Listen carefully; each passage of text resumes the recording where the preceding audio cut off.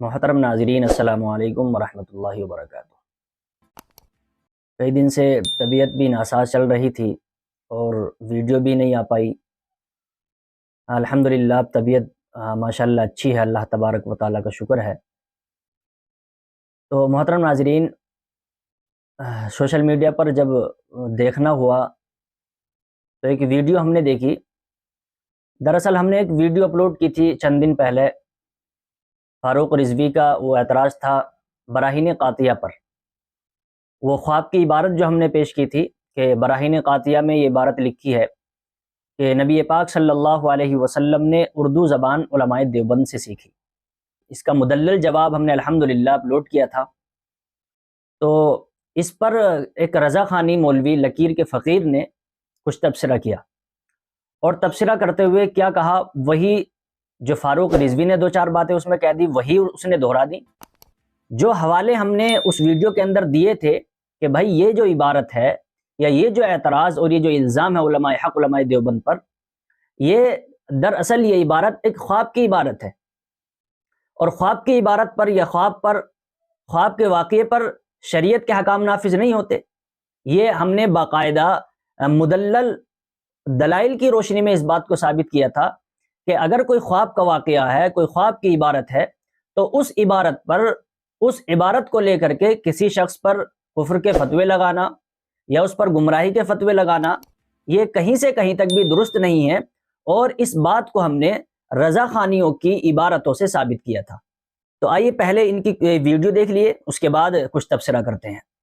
پہلے آپ یہ فاروق رضوی کی ویڈیو دیکھ لیجئے، اس کے بعد کچھ تبصرہ کرتے ہیں۔ صفحہ نمبر 63 ہے، کیا لکھتا ہے ذرا سنیے۔ خلیل احمد امبیڈوی کہتا ہے کہ مدرسے دیوبند کی عظمت حق تعالیٰ کی درگاہ پاک میں بہت ہے۔ جو دیوبند کا مدرسہ ہے یو پی میں، اس کی عظمت اللہ کی بارگاہ میں بہت ہے۔ اللہ کو یہ مدرسہ بڑا پسند ہے۔ صدہا عالم یہاں سے پڑھ کر گئے، کہتے کئی سو عالم یہاں سے پڑھ کر چلے گئے اور خلق کثیر کو ظلمات ضلالت سے نکالا، کہتے بہت بڑی جماعت کو گمراہی سے، جہالت سے، اندھیروں سے نکال دیا۔ یہی سبب ہے کہ ایک سال فخر عالم علیہ السلام کی زیارت سے خواب میں مشرف ہوئے۔ کہتے یہی وجہ ہے کہ ایک نیک بزرگ، دیوبند کے کوئی ایک نیک بزرگ تھے، ان کے خواب میں رسول اللہ تشریف لا، وہ نبی پاک صلی اللہ علیہ وسلم کی خواب میں زیارت سے مشرف ہوئے تو آپ کو اردو میں کلام کرتے دیکھ کر پوچھا آپ کو یہ کلام کہاں سے آ گئی؟